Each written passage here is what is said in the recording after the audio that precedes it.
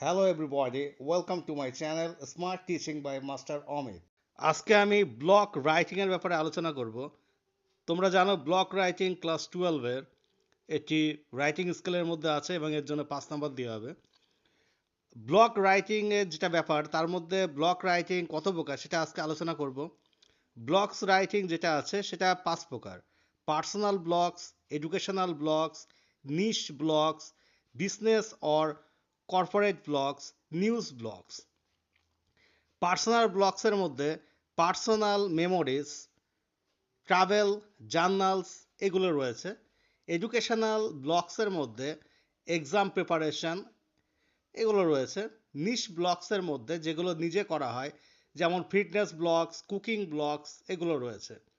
Business or corporate ব্লগসের মধ্যে এগুলো ব্যবসা, তোমরা জানো, product update, industry related updates এগুলো রয়েছে।